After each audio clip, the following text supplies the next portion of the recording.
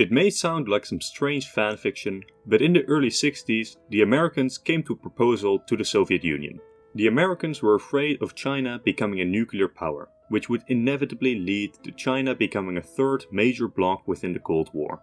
As such, talks took place between the Americans and the Soviets about a potential joint invasion of China to prevent their nuclear program from finishing.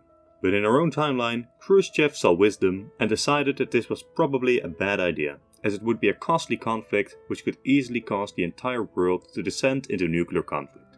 And without Soviet support, the idea quickly died out in America itself.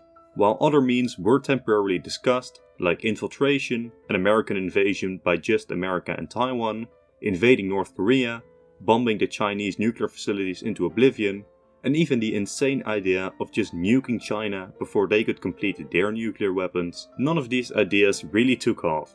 Then, in 1964, any idea of a preemptive American invasion of China died out, as President Johnson considered that an invasion of China would be extremely unpopular, which would cost him the election. In October of this same year, China completed their first atomic test and therefore became a nuclear power, making any offensive move against China very dangerous for the entire balance of power, potentially risking a nuclear conflict. So, in our own timeline, the idea completely ended here for the Americans, and the Soviets were obviously uninterested in the entire operation. But what if that changed? What if, in an alternate timeline, the Soviet leadership decided to engage in serious talks with the Americans about what the operation would look like, leading to an actual joint invasion of China by the two world superpowers? There would be two stages to the negotiations when they take place, and the power in these is mainly concentrated in the Soviet Union. These negotiations would take place in 1963, which would make the entire affair even more interesting. Only a couple of months earlier, the two superpowers were on the brink of nuclear war during the Cuba crisis. But this also presents us with a good opportunity to get Khrushchev on the side of action. After the perceived weakness of the Soviets following the Cuba crisis internationally, Khrushchev may want to use this as a moment to show that Soviet force on the world stage is still present and ensure the world that the Soviet Union is still a global superpower. But if the Soviets are going to be serious about these negotiations, then they are going to drive a hard bargain. Don't think the Soviets will just agree to, oh sure, we will invade China and place the nationalists back in power. That would be ridiculous, as it would basically mean that the communist power in China turns into a direct American ally ruling the biggest population on Earth right on the Soviet doorstep, jeopardizing the entire communist power base in Asia. There is hope, however. Starting with the rule of Khrushchev, there had been a Sino-Soviet split, leading to China moving away from Soviet influence into attempting to establish themselves as an alternate leader of the communist world. Perhaps a deal could be reached between America and the Soviet Union. The Soviet would assist and mostly execute the invasion and probably do by far the most work. And in exchange, all of China, excluding Taiwan, would remain a communist state under Soviet influence. China would indeed be denuclearized, but it would remain firmly under the Soviet sphere of influence. This would be pretty unpopular with the American leadership, the Western world, and especially Taiwan, as many doubtlessly hoped that they could place the nationalist government of Taiwan in power across China, massively shifting the tides of the Cold War in favor of America. But despite this, America decides to agree, as the Soviets will do most of the work, and America will still be able to prevent China from becoming a nuclear power. And the Americans may even manage to use the chaos to end the Vietnam War decisively. A deal is made where North Korea will remain completely separate from the conflict, protecting the Soviet influence there, but America will use mainly their Navy and Air Force to consistently harass and bomb Chinese military, nuclear and logistical capacities along the coast. The two armies would operate separately, with the Soviet army driving most of the actual invasion. So suddenly, the entire world is shocked, as the secret Soviet-American negotiations come to light. The two arch enemies, ideological enemies, make a joint statement that the Chinese nuclear program is completely unacceptable, and if China doesn't allow observers from both states to see to the complete dismantling of their nuclear program, the two superpowers will launch a joint invasion. The entire world holds its breath and looks towards China. It is, however, extremely unlikely that China actually agrees to this demand. After all, what are the two superpowers going to do? Actually invade the most populous state on Earth? Turns out, that is exactly what they are going to do. The two superpowers make a joint statement in the United Nations about safeguarding peace and preventing nuclear escalation. So, they invade. One of the first things that may happen would be American bombing runs on Chinese nuclear facilities, ensuring that China doesn't manage to complete a bomb in the middle of this war. Then the American Navy and Air Force, positioned mainly in Taiwan, Japan and South Korea, begin their rounds of strikes on important Chinese positions. Meanwhile, the Soviets will have gathered forces mainly around Manchuria and Mongolia. The main bottleneck for the Soviets will be their supply lines, making them unable to field their full military capabilities in this war. But the Soviet army is still quite an overmatch for the Chinese, despite the Chinese army being huge on paper. Especially with the American support harassing the Chinese coastal regions, taking out supply hubs and destroying the logistical infrastructure for the Chinese themselves. But the very existence of this invasion shocks the world beyond belief. Many of the American allies feel betrayed, since they were not consulted on this invasion, and internationally, America loses a lot of credibility upon this invasion. But there will be a little hope from the more radical elements in the West and Asia that America was joining this invasion under the promise of restoring the Taiwanese government throughout the entire nation. The war itself I will not thoroughly discuss. It could last a couple of years and will cause a lot of Chinese and Soviet deaths, while America just kind of sits on the Chinese coastline, blockading and disrupting Chinese military movements. After a while, most of China's self-defense capabilities would either collapse or surrender, as it's clear to anyone that they can't defeat both global superpowers at the same time, and quite literally no nation in the world would do more than diplomatically protest the actions by the superpowers. It is very well possible that guerrilla warfare continues, but the large-scale conflict has been won. So let's now talk about a peace deal. The peace deal would have to be done with a lot of tact, as especially America would want to have it appear like it was a mere intervention, and not an unjust invasion. In my other timeline where I had a similar premise where just the Soviet Union invaded China, I had the Soviets split the Chinese up into several puppet states, making it much easier for the Soviets to govern the region. This wouldn't happen in this timeline out of fear of both superpowers of being seen as unjust thanks to this invasion. China would remain territorially intact, with the only possible exception being Tibet. And while a change in leadership would take place in the nation, this new government would pretend to anyone who would listen that they are simply a continuation of Mao's previous communist regime. This is especially important as the Soviets would try to calm China down and not make it seem like the Soviets just forcefully took over the nation or anything. Meanwhile, the Soviets would fully denuclearize China, while America and the Soviets make joint statements on how their invasion was successful and justified to prevent the Cold War from escalating even further by building up a third nuclear bloc. All hope was now crushed that America was joining this invasion to restore Taiwan's government to China, and this would discredit America even further as a global superpower, in a similar way that the American invasion of Iraq did post-Cold War in our own timeline. Does it cause an immediate and unfixable rift between America and its allies? No. Does it cause the Europeans, Japan and Taiwan to look upon American foreign actions more critically? Absolutely. What America has essentially done was allow the Soviets to invade and make China into a satellite state. Now you could say China was already communist, so would the world care? Yes, and a lot. This wasn't the Soviet Union invading Czechoslovakia and America remaining neutral. This was America straight up supporting, both diplomatically and militarily, the Soviet invasion of a sovereign nation. The argument that it was to denuclearize China would convince some, but since the Soviets took over the nation as well, it wouldn't convince many. Then we need to discuss the Vietnam War. In our own timeline, America never actually invaded the North out of the fear of China coming down like they did in Korea, pushing the Americans back, or forcing America into a conventional war against the most populous nation on Earth. It is a very popular idea that America simply failed to defeat the Vietnamese farmers hiding in bushes, but the truth is that North Vietnam was simply a stronghold which America could only bomb, while guerrilla soldiers could fight the Americans in South Vietnam.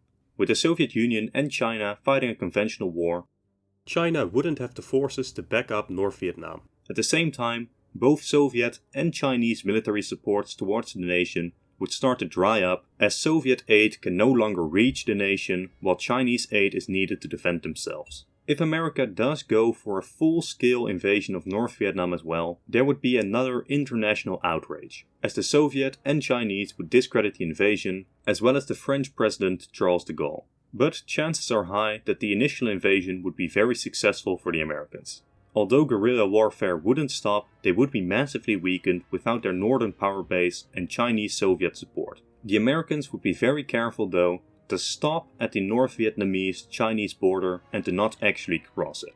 After all, America had already blown up most of the nuclear facilities that China had, and they had little to gain from assisting the Soviets in gaining all of China as a puppet state. If America really wanted to, it could betray the Soviets even further and move into South China here, setting up the Taiwanese government as a full-on southern Chinese government as a rival to the communist government in the north. But this would be such a slap in the face of Soviet authority that it would probably be too much of a risk for the American government to take. Now, for everyone who was thinking that America could simply do the same with North Korea and unify the nation there as well, this is unlikely.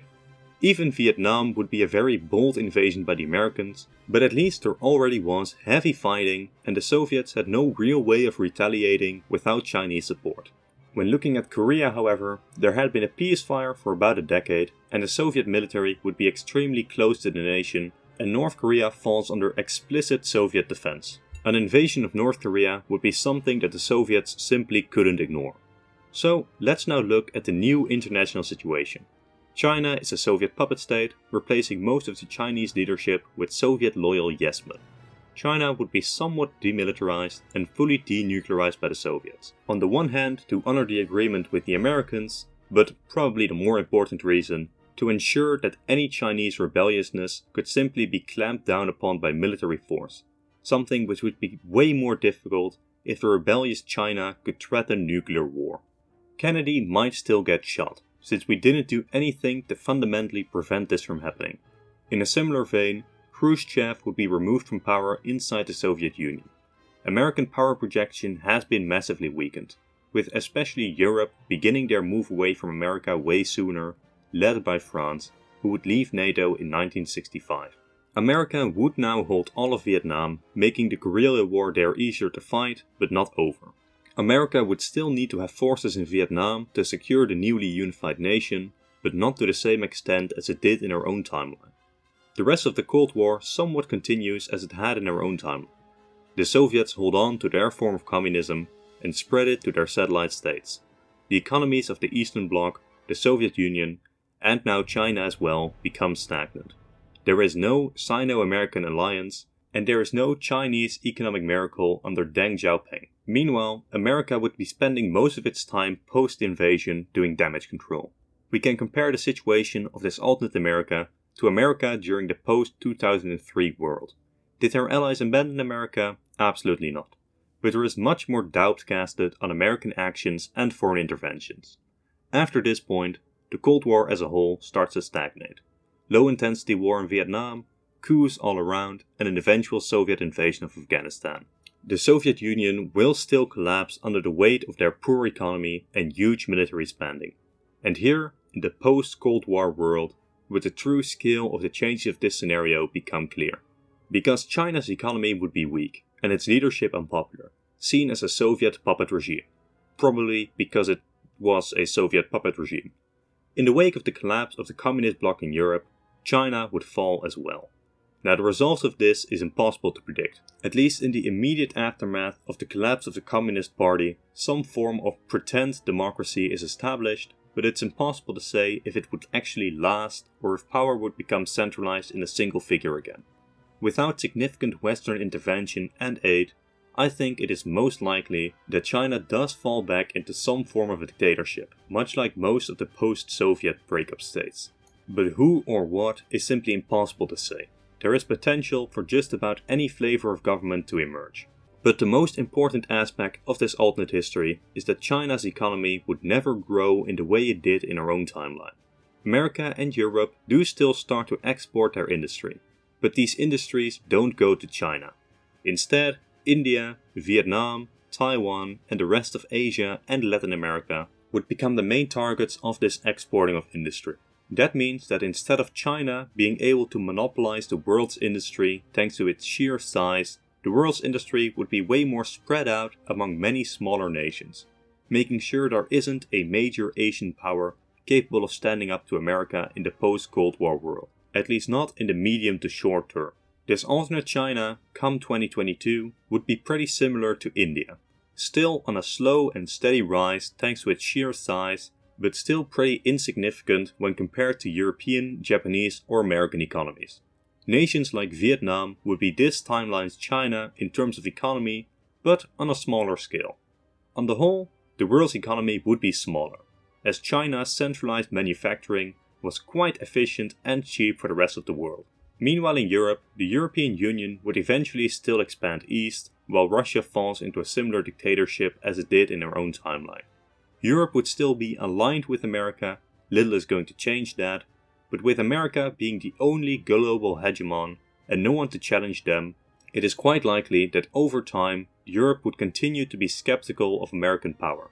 America wouldn't support American military action into the Middle East or Asia. European-American skepticism is way more prevalent during and after the Cold War in this alternate timeline. And this leads us to the overall balance of power in the world. There wouldn't be one. In our own timeline, America was the global hegemon for quite a little bit there, but by 2022, China is a very clear peer competitor, not just for local, but global influence. This would be impossible for this alternate China to do, thanks to their weaker economy and their lack of nuclear weapons.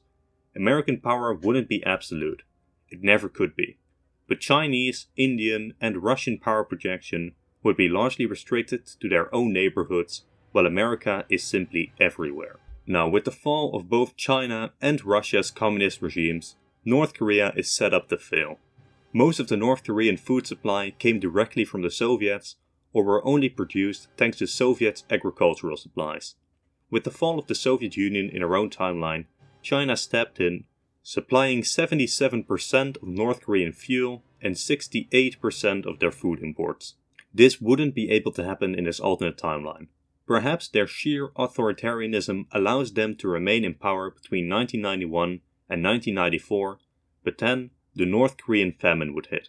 Apart from their worldwide isolation, pretty much no economy and their extreme authoritarianism, floods and droughts would rock the nation, destroying much of the North Korean domestic food production.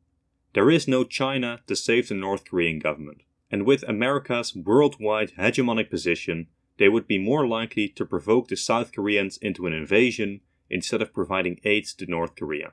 It is very likely that North Korea gets reabsorbed into the South during the 90s. Now, China could renuclearize at some point after the Cold War, but this would only make their issues worse. China has no economic power in this alternate timeline, and is simply a very large Iran. If China tries to start a nuclear program, the Western world would put embargoes in place on China, only further weakening the Chinese economic growth into the future. So China has a pretty bad choice ahead of them. Get nuclear weapons, lose economic growth, but get immense self-defense and power projection capabilities, or try to grow their economy by working as closely as possible with the West, at least until they can grow their economy massively into a new position of power. But this is where I'll end this scenario. We have a radically different world, a hegemonic America, a more independent Europe, a weaker China, and a much richer South Asia. How does this world develop from here? Let us know in the comments. As always, leave a like and a comment to help us against the YouTube algorithm. Even just commenting hi helps the video grow massively. Subscribe for more, as there is a new alternate history video every single Sunday. There is currently a suggestion for a new video on screen, maybe check that one out. Thank you all for watching, and goodbye.